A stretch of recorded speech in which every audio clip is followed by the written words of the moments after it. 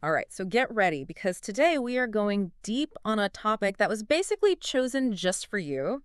We're going to be looking at planetary conjunctions to your ascendant. Oh, that's a good You know, one. right? And we're diving into the super fascinating Turkish astrology text.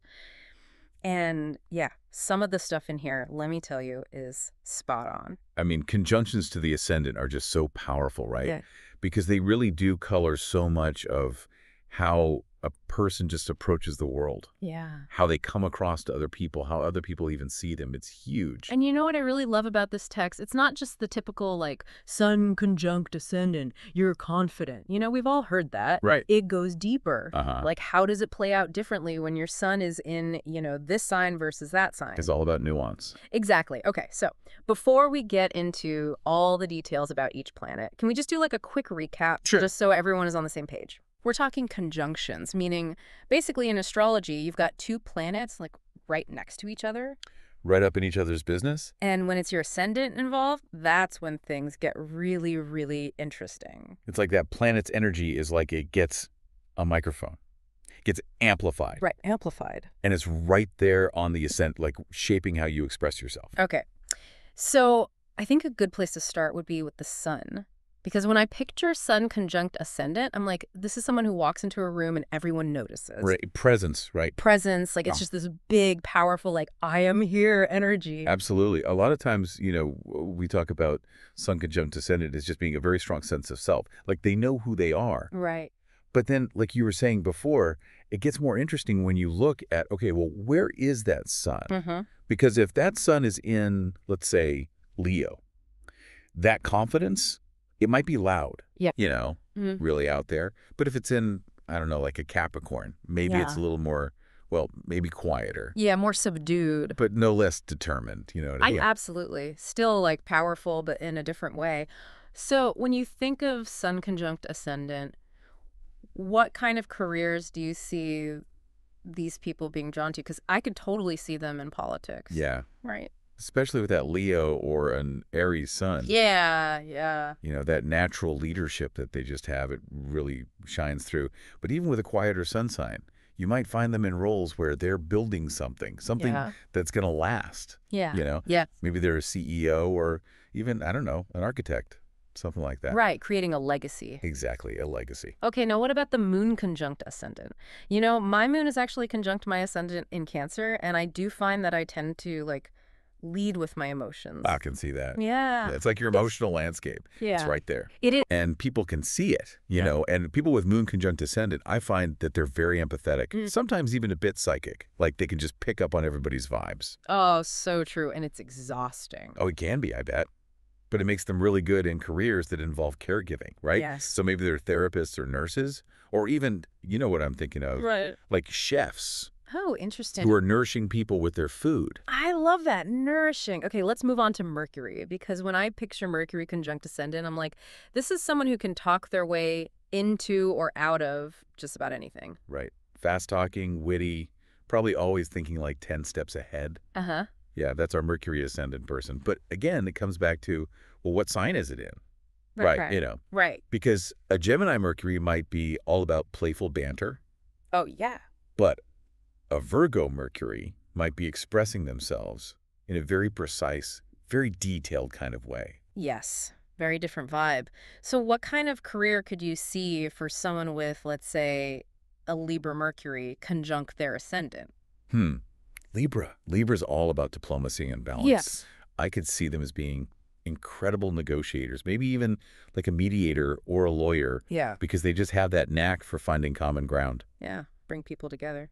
All right, let's move on to Venus. This one's fun. Venus, yes. I'm already feeling charmed just thinking about it. Well, of course. But really, like, what makes a Venus ascendant person stand out? Well, think about the archetype of Venus, right? Mhm. Beauty, grace, attraction. Uh-huh. People with Venus conjunct the ascendant, they often embody that, Yeah. but effortlessly, Yeah. It's just very natural to them. So it's not that they're trying to be charming. It's just like they are. It's just who they are. But then again, it depends on the sign, because the way they express that Venus energy, Mm-hmm. it could be so different. Okay, so someone with a Venus ascendant conjunction in, let's say, Scorpio, Maybe they're not like conventionally beautiful, but they have this magnetic, smoldering kind of charm. Exactly. It's like that Scorpio intensity gets all woven into their aura. Yes. And you might find them drawn to careers where they're transforming things. Okay. Maybe they're a fashion designer, but they push the boundaries. Or maybe they're a therapist who deals with, like, the depths of the psyche. That's so fascinating. All right, let's shift gears a bit. We're going to talk about Mars now. This is where things get fiery. A little bit, yeah. Mars, that energy, always on the move. It is action, isn't it? Yes. With Mars conjunct to the ascendant, it's all about action, assertion, sometimes even a bit of healthy aggression. They like to get things done. So I'm guessing they're not librarians or accountants? Probably not, no. Yeah. Think athletes, maybe surgeons, Yeah. even entrepreneurs who are always pushing, pushing, pushing. Always on, yeah. Now, what if someone has, like, a Mars ascendant conjunction, but let's say it's in Pisces? Because Pisces is much more go with the flow. How does that fiery energy manifest then? That's such a good question because it's such an interesting combination, right? Because you have that Pisces energy, which is very much about, okay, well, what's the current? Yeah. I'm going to go with it. I'm going to be adaptable. I'm going to be fluid. Right. But then you've got that Mars drop. So a lot of times you'll see this manifest in more creative pursuits. Maybe they're a dancer. Oh, okay. Maybe they're a filmmaker. Maybe they're an activist. But they're very, very passionate about their cause. Interesting. So it's still that drive and assertion, but expressed in a very different way. All right, that was quite a journey through those first 5 planets. Yeah, it was. All right, so we've journeyed through those personal planets and how they show up with the ascendant. Those inner planets, yeah. Now we're heading into, like, the outer planets. Those heavy hitters. Big guys. The ones that shape, like, our long-term journey. Our whole life path, really. Right, exactly. So are you ready to dive into those outer planets and their conjunctions? Oh, yeah, let's do it. Because I think, the outer planets, like Jupiter outward, Yeah. they really speak to those big themes in our lives. The stuff that sometimes takes us years to even understand. Yeah, it's like a slow burn. It is, it is. All right, so why don't we kick things off with Jupiter, since it's the planet of, well, good vibes and luck. Expansion, right. And expansion, exactly. So what happens when Jupiter's hanging out right next to your ascendant? It's almost like having a cosmic benefactor, but on speed dial. Oh, I love that speed dial. People with Jupiter conjunct the ascendant. It's amazing how they just seem to attract opportunities. Right. Like effortlessly. Yeah. And they have this optimism. It's contagious. Yeah. Like you just want to believe anything is possible when you're around them. Okay, so I have a friend who has Jupiter conjunct her ascendant, and she is, hands down, the luckiest person I know. But it's not just luck, right? No, it's not just luck. It's like she just knows how to see the potential where other people are just seeing obstacles. It's about perspective. And Jupiter expands everything it touches. So if it's touching your ascendant, that expansion is built into how you show up, how you present yourself. So careers, when you think of Jupiter conjunct ascendant, are we talking like teaching, travel, maybe even like entrepreneurial stuff? Yeah, all of that. Yeah. These are people who are drawn to sharing knowledge, to exploring new horizons, Yeah. to inspiring others to grow. I mean, they just have this natural charisma. They draw people in. So it's not surprising that they often end up, I don't know, as leaders, as mentors. Okay, let's talk about Saturn now. I have to admit, Saturn sometimes gets a bad rap. It's like the taskmaster of the zodiac. Well, it does, it does. But I'm really curious to hear your take on Saturn conjunct the ascendant. Okay, well, Saturn definitely gets unfairly labeled as the bad guy planet. Yeah. But it's actually the planet of structure, discipline, mastery. It's about building things that last. So with Saturn conjunct the ascendant, that energy goes right into how you build your life, like brick by brick. Okay, so it's less about like doom and gloom and more about a really grounded approach to life. Exactly. It's about responsibility. These individuals, they work hard, they have a sense of duty, they're reliable. The people you can count on. They might not be the life of the party, Yeah. but you know who to call when you need something done right. Right. Exactly. So I can see that translating into careers that require a lot of focus, discipline, maybe even authority. Right. Like, are we talking judges, architects, surgeons? There's that, yeah. Fields where those Saturnian strengths really shine. Yeah. But here's the thing about Saturn, it also teaches us about limits. So for these folks, it's super important to learn how to balance responsibility with self-care because they can get a little too Overworked. overworked, yeah. Okay, on to Uranus, the planet of, well, everything unconventional. Oh yeah, Uranus is going to shake things up a bit. It is, it is. Innovation, rebellion. What happens when that unpredictable energy meets the ascendant? Well, fasten your seatbelts because it's going to be a wild ride. Uranus conjunct the ascendant, it's a lot about independence, a desire to break free from anything that feels too normal, too restricting, and their originality. Like electric. Electrifying, yeah. All right. Think about, I don't know, like Lady Gaga. Oh, perfect example. Right, just that Uranian energy channeled into creative expression and refusing to be put in a box. So career-wise, are we talking anything that's too conventional is just going to feel stifling? Totally, yeah. They're going to be drawn to things like technology, activism, even astrology. Yeah. Anything where they can push those boundaries, create something new. It's like they need that constant change and innovation to feel alive. Okay, let's dive into realm of Neptune. This is where things get dreamy and mystical. Neptune, yeah, the planet of illusions. So what happens when Neptune graces the ascendant with its presence? Well, imagine someone with an almost otherworldly aura. Uh-huh. Someone who seems to be on a different frequency than everyone else. Okay, I can see that. That's our Neptune ascendant person. Yeah. They're often very dreamy, very intuitive, Uh-huh.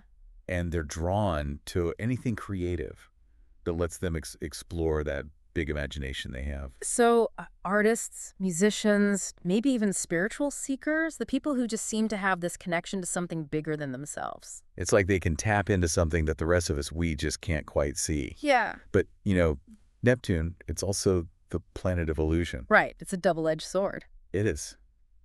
So these folks can be prone to escapism, or sometimes they have trouble figuring out what's real and what's fantasy. So it's about finding that balance between channeling that Neptunian energy into creativity, into compassion, but not getting lost in the fog.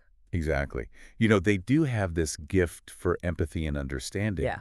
So they can make incredible healers, incredible artists, even therapists. They can help people navigate their own inner world because they've spent so much time navigating their own. Okay, we've made it to the last one. Pluto, the planet of transformation, of intensity, of power. I'm feeling the intensity just thinking about Pluto conjunct the ascendant. Oh yeah, this one's big. It is. What happens when this energy shows up in someone's chart? Well, these individuals, they have a presence you can't ignore. It's like they walk into a room and you just feel it. Magnetic, enigmatic. There's something deep there that just draws you in, whether you want to be drawn in or not. Yeah, I can see that. So, think about like a therapist who can see right through you, but in a good way.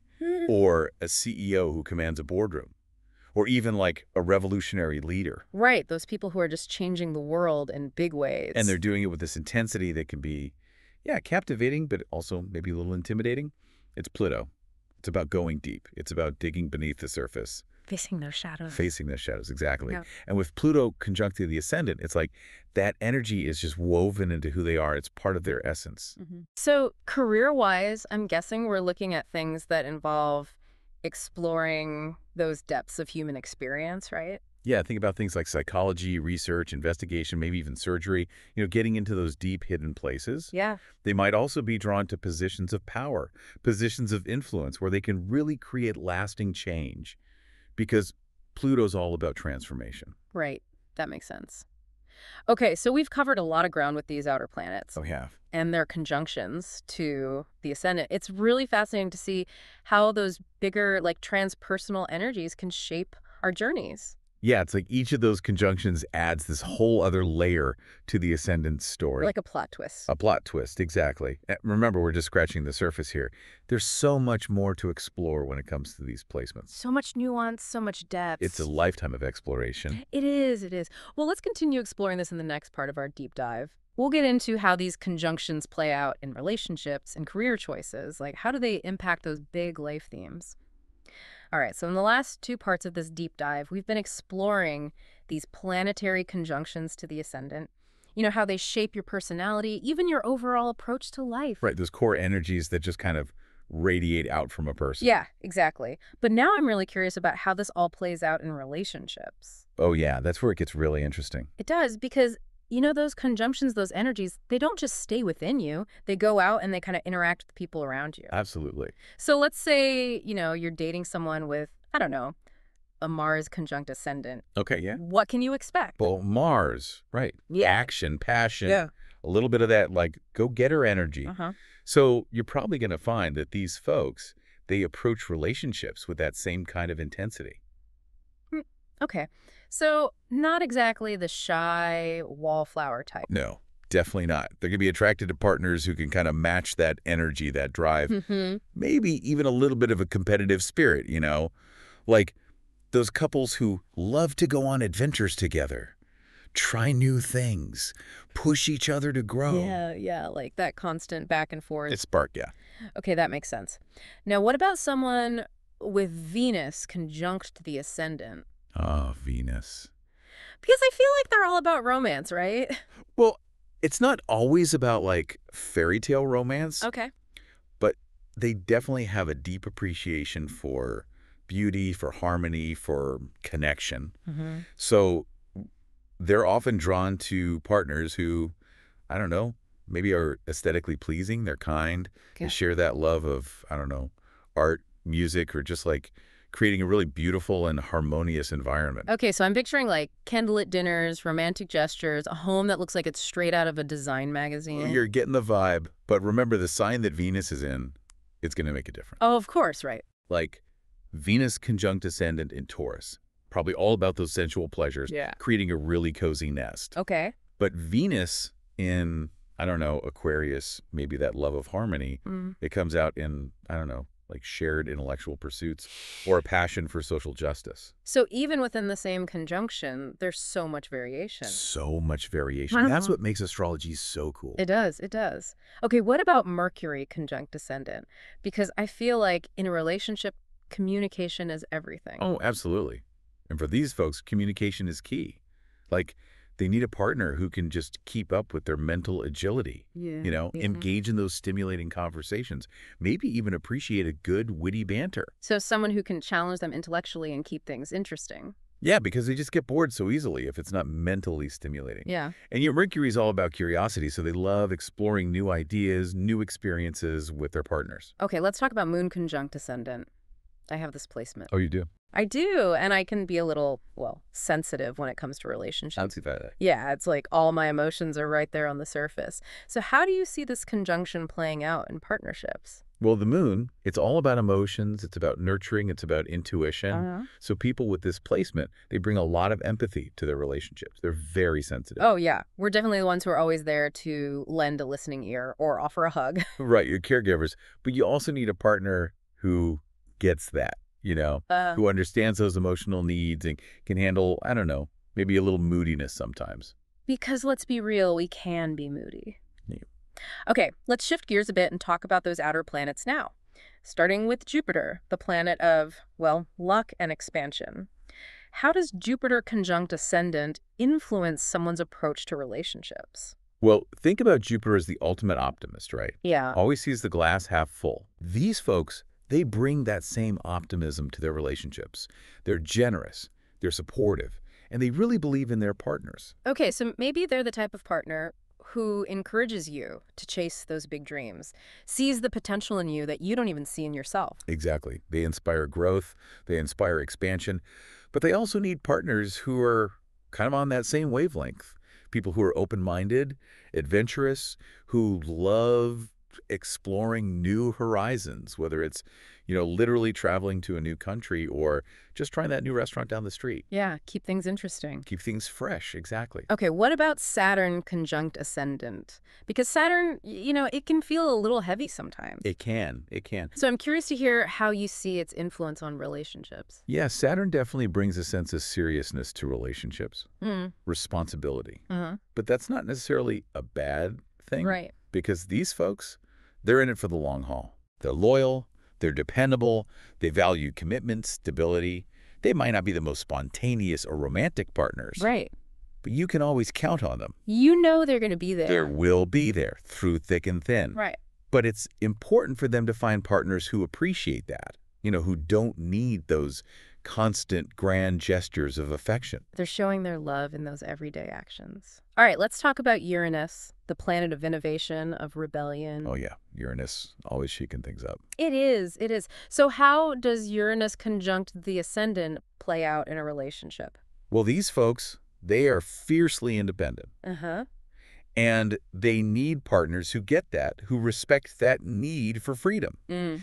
And they're often drawn to relationships that are a little bit more, I don't know, unconventional maybe. Yeah, not afraid to break the mold. Yeah, they challenge those traditional norms. Yeah. So maybe they're not settling down into, the typical marriage with the 2.5 kids and the white picket fence. Right. They're doing things their own way. Their own way, yeah. But the key is they need a relationship that's built on mutual respect, on trust, and a shared sense of adventure. And a partner who can handle those quirks, those eccentricities. Embrace that unpredictable energy. Embrace it, yeah, because it's part of who they are. Now, what about Neptune conjunct ascendant? Because Neptune is all about that dreamy, mystical energy. So how does that influence relationships? Well, these folks, they're often looking for that soul connection, Yeah. like a really deep spiritual bond with their partner. And they're incredibly sensitive, they're intuitive, and they have a way of seeing the best in people, even when maybe other people don't. Okay, but that can also lead to disappointment sometimes, right? It can if they're not careful. Yeah, if they're not choosing partners who are equally genuine and emotionally available. Right. They need to balance that idealism with a little bit of discernment, Make sure they're not getting caught up in a fantasy. Right, finding someone who can meet them in that space, but also ground them a little bit. Ground them, support those dreams, but not enable any, unhealthy escapism. Right, finding that balance. Exactly. All right, last one. Pluto, conjunct ascendant. This one, I'm feeling the intensity already. Pluto, yeah, it's intense. So how does this powerful conjunction show up in relationships? These folks, they are capable of some really deep transformative bonds, Uh-huh. but their relationships can also be, well, pretty intense. Okay. They need partners who can handle that emotional depth, that intensity, Yeah. and also maybe that need for control. So it's not exactly a walk in the park? It's not always a walk in the park, but it's a journey of growth. Okay. It can be a catalyst for some really profound self-discovery, but it does require a lot of emotional maturity from both partners. It's like that saying, right? Nothing worth having comes easy. Exactly. Well, this has been an incredible journey. It is. Exploring these conjunctions to the ascendant and how they play out in our relationships. Do you have any final words of wisdom for our listeners? I would just say, remember that these are just general interpretations. Of course. Right. Every person is unique. Yeah. And there are so many other things in your birth chart that influence how you relate to other people. Uh-huh. So use astrology as a tool, for self-awareness, for understanding yourself, your patterns. Your motivations. Yeah, your motivations. Yeah. And for choosing partners who can really support your growth. So beautifully said. I hope this deep dive has inspired you to kind of look at your own birth chart, see how these principles play out in your own life. And your relationship. And your relationships. Until next time, keep exploring, keep learning, and keep connecting those cosmic dots.